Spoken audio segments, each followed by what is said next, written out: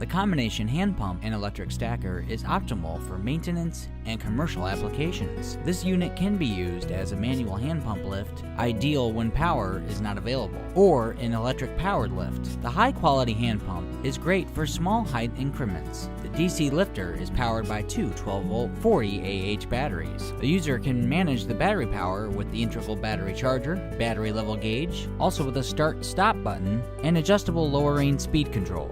Ergonomic dual handles on the unit allow the user to maneuver the stacker swiftly and effectively. All models allow easy movement using the standard pull handle.